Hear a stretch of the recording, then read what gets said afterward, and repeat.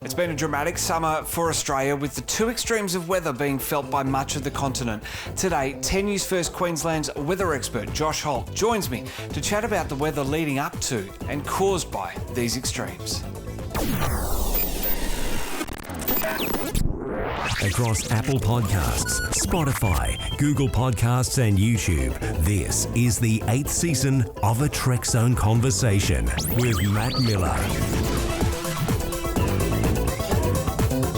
Well, 10 News First Queensland's weather expert Josh Holt joins me now. Josh, thanks very much for your time on today's Trekzone Conversation. What's led up to this catastrophic bushfire season that Australia's experienced? Well, prior to many of the bushfires starting, Matt, we had prolonged drought conditions across areas of Australia. We know that many of our regional areas are suffering drought at the moment. So when you get those prolonged dry spells, prolonged drought periods, that obviously amplifies the bushfire danger, especially in the lead up to summer, when of course we get the very hot temperatures. But I think it's probably important to talk about really the climate driver, or the main climate driver for this weather event specifically. Now, we talk a lot about the oceans and how they really drive our climate here in Australia, and we really look at the Indian Ocean, the Pacific Ocean when we do so. At the moment, well, in the past 12 months anyway, the Pacific Ocean has been really in a neutral phase. So it's not El Nino, it's La Niña, it's neutral. So it's not really having a major impact on our climate at the moment. Within the past 6 months, what we've seen in Australia is a positive Indian Ocean dipole. And this has been the main climate driver across Australia during the last 12 months and in the lead up to this summer with the bushfires. Now, when you have a positive Indian Ocean dipole, what you do is you get that that colder sea surface temperatures sitting off the northwest of Australia. You've got a lot less evaporation, a lot less moisture in the atmosphere coming in over the northwest of WA that then links up with systems coming up from the south to cause rainfall. So when you have that moisture coming in over the northern parts of Australia, you tend to get those very dry conditions. And this is one of the strongest positive Indian Ocean dipoles we've seen in a long time. So that has been one of the main climate drivers leading up to summer and why we've seen some horrendous bushfire conditions. And it's the long form forecasting in this, really, isn't it, to sort of know what the weather's doing. Weather's obviously very unpredictable, but there are indicators that meteorologists can look at to work out what's going to be happening in future conditions. Obviously, the Indian Ocean dipole didn't just happen overnight. It's been a long sort of process to get to where we were. There are many factors. You've got your climate drivers at the present that cause or help to cause the weather that you see across Australia, such as the Pacific Ocean, such as the Indian Ocean. And then, of course, when you talk about climate change and all those other things, you're looking at the climate over a very prolonged period of time. You're looking at average conditions, temperatures, sea surface temperatures, etc.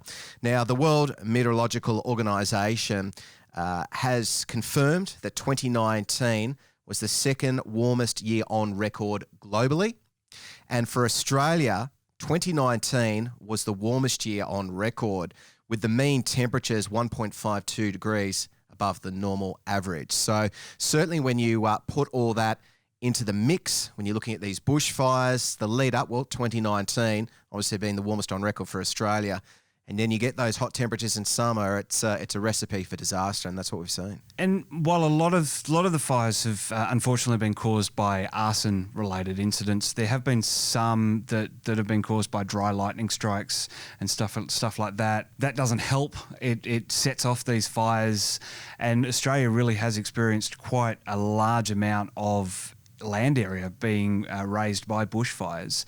What does that do to the weather? Does that create its own weather systems in itself? Is it do things happen because of such large bushfires? Absolutely. When you've got large areas that are burning, obviously you get a huge amount of smoke. You can get pyrocumulus clouds that then can cause their own lightning strikes. And then on top of that, you've also got normal thunderstorms that move across very dry areas. Now, when the ground is so drought affected, when it's so dry, you get a lightning strike hitting that vegetation. It doesn't really take much for that to ignite and then turn into a bushfire. So, you get many lightning strikes out of thunderstorms, especially when they're dry strikes. You see a lot of bushfires when you've got those conditions on the ground. And that's what I was talking about before with that lack of moisture, especially late last year coming in over northern parts of Australia. Any thunderstorm activity that we got, even though it was sparse, was tending to be quite dry. There wasn't a lot of moisture in the atmosphere. If we got a lot of rain, then that would have subsided that bushfire risk. But unfortunately, with such a dry atmosphere, it only added to it. And that's what we saw. And a lot of those thunderstorms, it'd be a hard downpour and then that'd be it. It's not that sort of soaking rain that's needed to keep all that fuel load on the ground nice and damp and free from fire risk. Yeah, generally with thunderstorm activity, it tends to be quite isolated. More often than not, it's very hit and miss. And I mean, with a thunderstorm, you can still get some very heavy rain. I mean, with a good thunderstorm, you get 100 millimetres in an hour. But unfortunately, with those types of falls, they tend to be quite localised. What we needed was more widespread, slow-moving, drenching rain to really let the ground absorb it up. So with the breakdown of the positive Indian Ocean dipole that we've seen in the last few weeks, we have noticed that the wet season has really started to get going as well. A lot of tropical moisture has been coming in over the northern parts of Australia, and that has really helped. In recent times, we've had some decent rainfall across parts of Victoria. We even had supercell thunderstorms over the weekends there. Not that supercells are great. You don't want those type of thunderstorms. What we do need is that rain, and we are starting to get that. We've seen widespread thunderstorm activity across parts of New South Wales and even over Queensland. During the weekend, we had extensive flooding from slow-moving cells. So there is we're starting to see a bit of a build-up of moisture across Australia with the onset of the wet season. And hopefully that will continue because we need the rain, and not only in terms of helping the bushfire areas at the moment, but also for many of our farmers across a large area of Australia that are still suffering one of the worst droughts on record. Is it a little bit self-perpetuating with weather that the hotter or as hot as it is with large fires, without that breakdown of the dipole and other sort of weather-related events, it gets hotter, fires just happen a bit more? Or is it all this sort of balance, nature sort of takes its course? How does it sort of work from your perspective looking at weather? Well, people need to understand weather and climate are two different things. When you're looking at a specific weather event, you can't say one specific weather event is the result of climate change. When we talk about climate change, we talk about the climate over a prolonged period of time and how that affects our weather patterns moving forward. So, for example, are the droughts more severe than what they used to be? Are they happening at a higher frequency? They're the effects of climate change on our environment. And with the bushfires, are they more intense than they used to be? Are they happening at a higher frequency than they used to be? They're the things that climate scientists are looking at and linking in with climate change. And it looks like the science has a strong indication that is the case. With the climate changing as it is at the moment, these events seem to be at a higher frequency and a lot more severe. Obviously, we're recording a few days before this episode goes out. So, as you were talking about, we've had the rain, the localised supercells, over 300 mils dumped on the Gold Coast in the space of a day, well over their monthly average.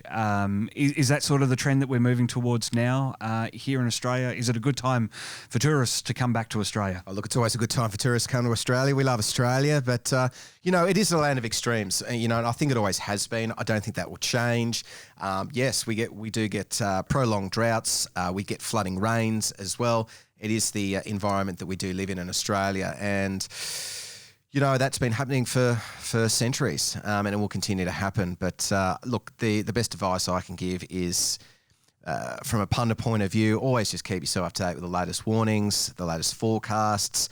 But certainly, we're coming into that severe weather season, and during summer we get severe thunderstorms, especially across Queensland and the eastern seaboard. Tropical cyclones also are a threat this time of year. We've already had a couple off the northwest of WA. We haven't had one yet in the eastern area of responsibility, but for the Coral Sea, it's usually a later onset. We usually start to see those tropical cyclones building, late January into February, March. So we're coming into that period now. So it'll be interesting to see how that unfolds. But look, certainly severe weather season is in full swing. We know that with the fires. We know that with the thunderstorms recently.